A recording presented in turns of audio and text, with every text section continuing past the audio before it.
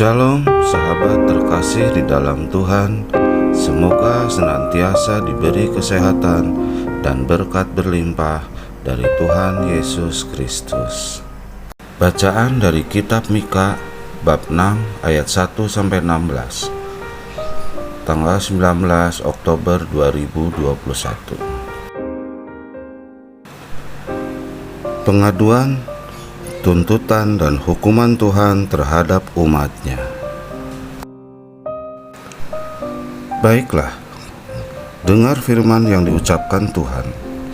Bangkitlah, lancarkanlah pengaduan di depan gunung-gunung, dan biarlah bukit-bukit mendengar suaramu.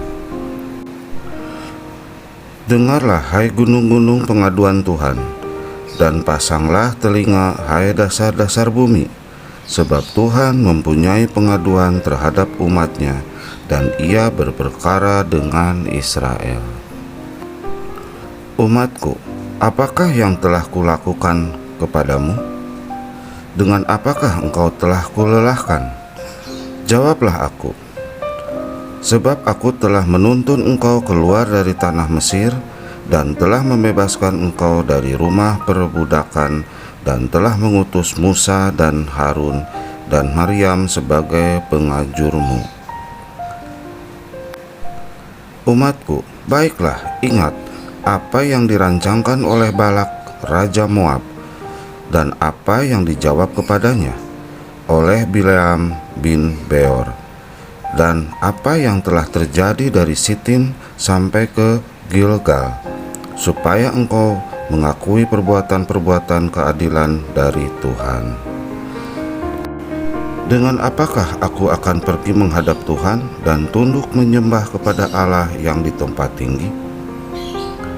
Akan pergikah aku menghadap Dia dengan korban bakaran dengan anak lembu berumur setahun? Berkenankah Tuhan kepada ribuan domba jantan, kepada puluhan ribu curahan minyak?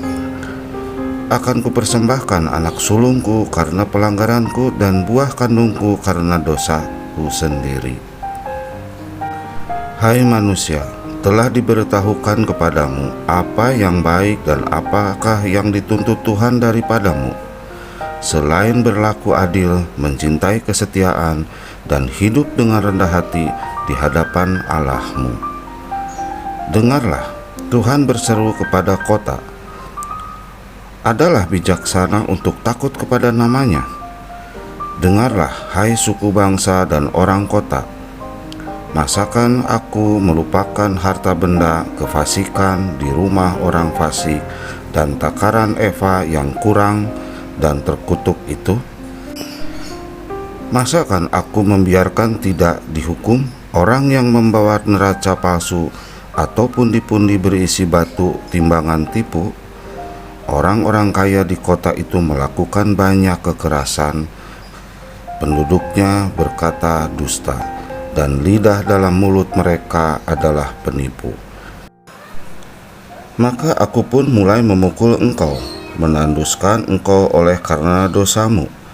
Engkau ini akan makan, tetapi tidak menjadi kenyang, dan perutmu tetap mengamuk karena lapar.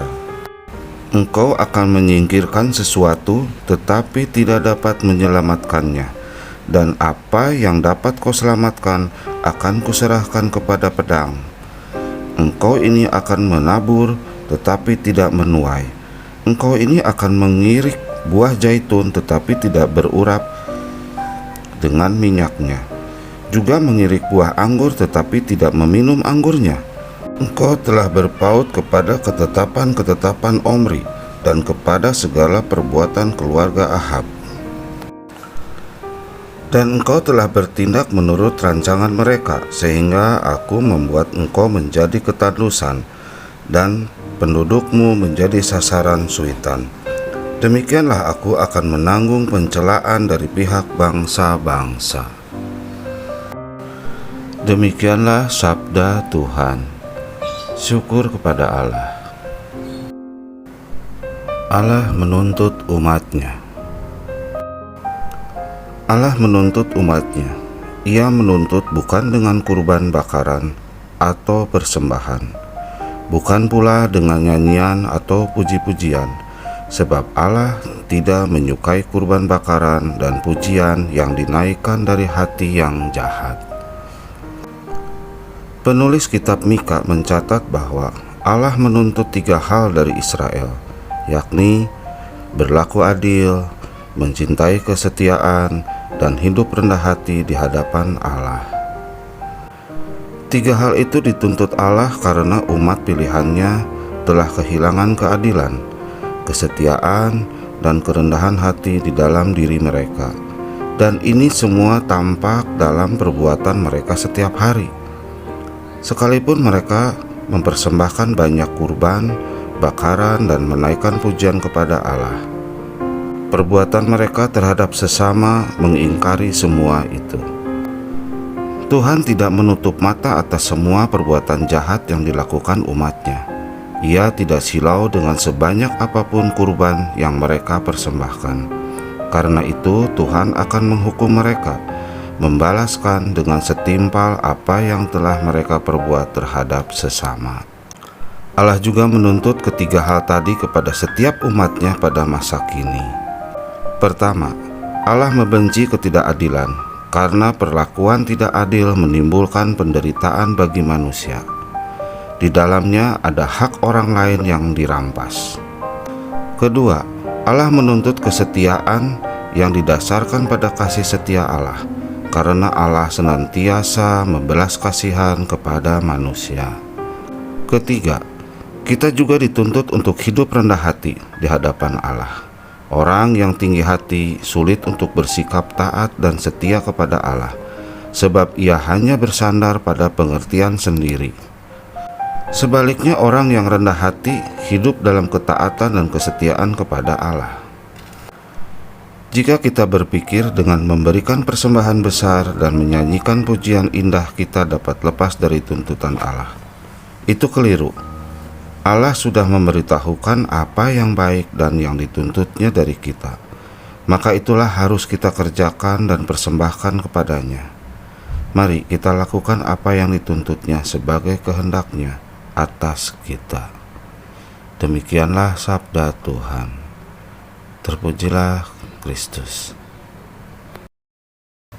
Terima kasih sahabat yang terkasih di dalam Tuhan, sudah mendengarkan firman Allah. Semoga diberkati oleh Bapa, Putra, dan Roh Kudus. Amin.